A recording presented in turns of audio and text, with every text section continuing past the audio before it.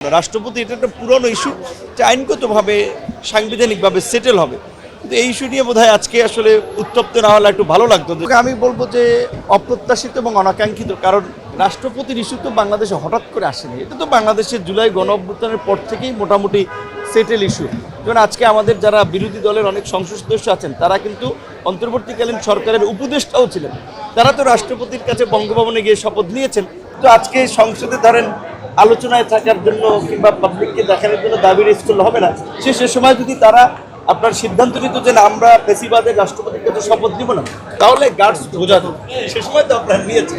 আমাদের প্রত্যাশা যে এই নতুন সংসদ অতীতের অন্যান্য সংসদের চেয়ে একটু ভিন্ন ধরনের সংসদ হবে, যেখানে সকলের মধ্যে একটা সহনশীল মনোভাব, একটা গণতান্ত্রিক চর্চা থাকবে। এবং আমরা যেটা বলেছি যে এই সংসদে যারাই আছি সবাই কিন্তু বলা চলে এই জুলাইয়ের পক্ষের শক্তি, সবাই নতুন বাংলাদেশ বিনির্মাণে অঙ্গীকারবদ্ধ। কাজে এই সংসদে একটা গঠনমূলক আলাপ আলোচনার মাধ্যমে আমরা কীভাবে নতুন বাংলাদেশ বিনির্মাণ করতে পারি, জন আকাঙ্ক্ষা পূরণ করতে পারি, সেটি বোধহয় আমাদের প্রধান ফোকাস দেওয়া উচিত। ছোটোখাটো বিষয়কে কেন্দ্র করে যেন মানুষের মধ্যে সংসদ সম্পর্কে একটা নেতিবাচক ধারণা তৈরি না হয়, সেই বিষয়টিতে আমার মনে হয় সতর্ক থাকা আমাদের সকলের দরকার।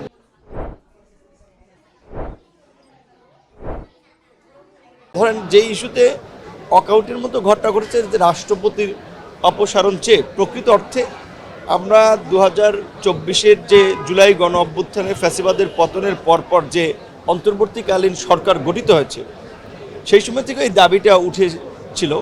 কিন্তু সেই সময় সরকার তো এই রাষ্ট্রপতির অধীনেই শপথ নিয়েছে। তো কাজে এখন আসলে সবেমাত্র একটা নতুন সরকার গঠিত হয়েছে, চাইলেই তো রাতারাতি এই দাবিতে চাপ প্রয়োগ করা কিংবা সংসদে ওয়াকআউট করে এটা সফল হওয়া সম্ভব না। রাষ্ট্রপতি এটা একটা পুরনো ইস্যু, যে আইনগতভাবে সাংবিধানিকভাবে সেটেল হবে। কিন্তু এই ইস্যু নিয়ে বোধহয় আজকে আসলে উত্তপ্ত না হলে একটু ভালো লাগতো, যে সবাই যদি শেষ পর্যন্ত থাকতো, অন্তত প্রথম দিন। আমার ব্যক্তিগত প্রত্যাশা এটা ছিল। তো আশা করি সামনের দিনগুলোতে আরও দায়িত্বশীল ইনক্লুসিভ হবে। দুঃখজনক আমি বলবো যে অপ্রত্যাশিত এবং অনাকাঙ্ক্ষিত, কারণ রাষ্ট্রপতির ইস্যু তো বাংলাদেশে হঠাৎ করে আসেনি। এটা তো বাংলাদেশের জুলাই গণ অভ্যুত্থানের পর থেকেই মোটামুটি সেটেল ইস্যু। যেমন আজকে আমাদের যারা বিরোধী দলের অনেক সংসদ সদস্য আছেন, তারা কিন্তু অন্তর্বর্তীকালীন সরকারের উপদেষ্টাও ছিলেন। তারা তো রাষ্ট্রপতির কাছে বঙ্গভবনে গিয়ে শপথ নিয়েছেন। তো আজকে সংসদে ধরেন আলোচনায় থাকার জন্য কিংবা পাবলিককে দেখানোর জন্য দাবি রেজ করলে হবে না।